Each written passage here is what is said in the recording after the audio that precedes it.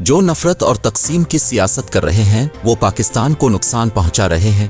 انہیں غریب عوام کی کوئی فکر نہیں، صرف چوتھی بار وزیر اعظم بننے کی فکر ہے.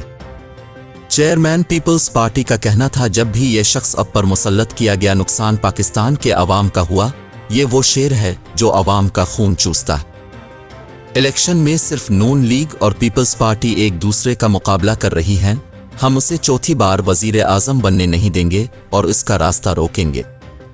انہوں نے مزید کہا کہ پیپلز پارٹی کا 10 نکاتی ایجنڈا معاشی مسائل کا حل ہے. حکومت ملی تو غریب عوام کو 300 یونٹ تک مفت بجلی دوں گا. 20 لاکھ پکے گھر سیلاب متاثرین کے لیے بنا رہے ہیں. بے نظیر انکم سپورٹ میں اضافہ اور غریبوں کو بلا سود قرضے دلوائیں گے. حکومت میں آئے تو کسانوں کو ہاری کارڈ دیں گے. ہاری کارڈ سے کسان کی فصل کی انشورنس ہوگی.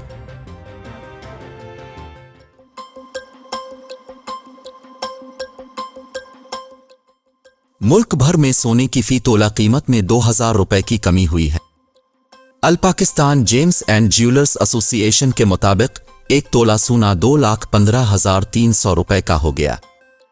اس کے علاوہ 10 گرام سونا 1,715 روپے کم ہو کر 1,84,585 روپے کا مل رہا ہے. عالمی بازار میں سونے کا بھاؤ $22 کم ہے کر $2,025 فی اونس ہے، جبکہ پاکستان میں سونے کی عالمی قیمت $20 پریمیم شامل کر کے $2,045 فی اونس ہے.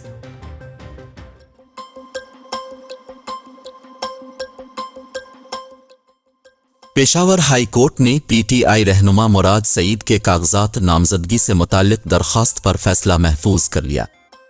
پشاور ہائی کورٹ کے جسٹس اشتیاق ابراہیم، جسٹس اعجاز انور اور جسٹس صاحبزادہ اسد اللہ پر مشتمل بینچ نے مراد سعید کے کاغذات نامزدگی سے متعلق درخواست پر سماعت کی، جس دوران ایڈوکیٹ جنرل نے دلائل دیتے ہوئے کہا کہ جب کوئی مفرور ہوتا ہے تو کچھ بنیادی حقوق کھو دیتا ہے. اشتہاری کو ووٹ دینے اور الیکشن لڑنے کا حق نہیں. اس پر جسٹس اعجاز انور نے کہا کہ یہ تو پھر کسی کو بھی الیکشن سے روکنے کے لیے ہتھیاروں کے طور پر استعمال ہوگا. عدالت کے استفسار پر ایڈوکیٹ جنرل نے موقف اپنایا کہ جن کے کاغذات منظور ہوئے ان کو نشان الاٹ ہو چکا، بیلٹ پیپرز چھپائی کے لیے جا چکے، جبکہ 9 مئی واقعات میں نامزد ملزمان کے کیسز ملٹری کورٹ میں چل رہے ہیں. دوران سماعت مراد سعید کے وکیل نے کہا کہ مراد سعید 9 مئی سے پہلے ہی اسکرین سے غائب ہیں. انہوں نے صدر مملکت اور چیف جسٹس کو سیکیورٹی کے لیے خط لکھا. اس پر جسٹس اشتیاق ابراہیم نے کہا کہ پنجاب میں لوگوں نے سرنڈر کیا، خواتین بھی جیل میں ہیں.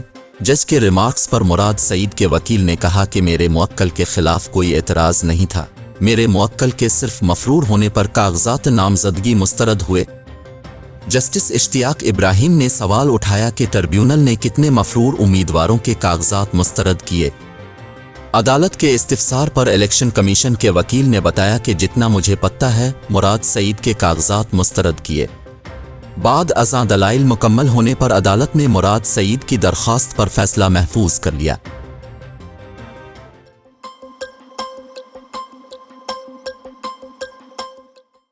لاہور ہائی کورٹ نے پاکستان تحریک انصاف کے بانی عمران خان کے کاغذات نامزدگی مسترد کر دیے.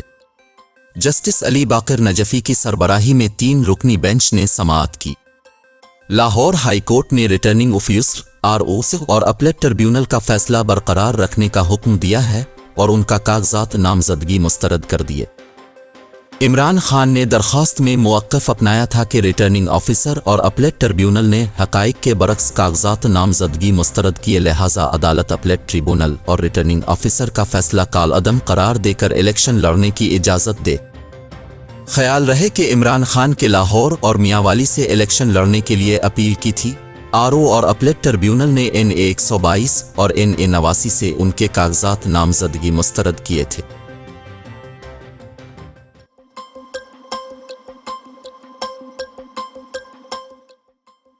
عالمی کمپنی DP ورلڈ اور پاکستانی کمپنی JW ہولڈنگ کے درمیان خصوصی اقتصادی زونز کے قیام و ترقی کا معاہدہ طے پا گیا.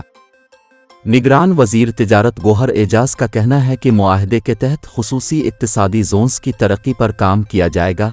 دونوں کمپنیاں جدید ترین لاجسٹک پارکس قائم کریں گی. گوہر اعجاز کا کہنا تھا کہ معاہدے سے غیر ملکی سرمایہ کاری بڑھے گی، لوگوں کو روزگار ملے گا، اس معاہدے سے ملکی تجارت میں خاطر خواہ اضافہ ہوگا۔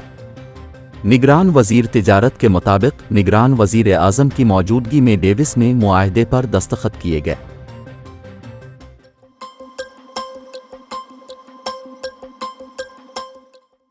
متحدہ عرب امارات UAE نے پاکستان کا $2 ارب کا قرض رول اوور کر دیا۔ اسٹیٹ بینک کے مطابق UAE نے $2 ارب کا قرض 1 سال کے لیے رول اوور کیا ہے۔ اسٹیٹ بینک کا کہنا ہے کہ پاکستان کو یہ $2 ارب جنوری میں UAE کو ادا کرنا تھے۔ ذرائع وزارت خزانہ کے مطابق اس حوالے سے نگران وزیر اعظم انوار الحق کاکڑ نے صدر متحدہ عرب امارات کو خط لکھا تھا۔ ذرائع کے مطابق UAE سے $2 ارب کا قرض 30 جنوری تک میچیور ہو رہا تھا۔ دوسری جانب پاکستان کو عالمی مالیاتی فنڈ IMF سے $70 کروڑ کی قسط موصول ہو گئی ہے۔ اسٹیٹ بینک نے IMF سے $70 کروڑ کی قسط موصول ہونے کی تصدیق کر دی ہے۔ خیال رہے کہ IMF ایگزیکٹو بورڈ نے گزشتہ ہفتے پاکستان کے اقتصادی جائزے کی منظوری دی تھی۔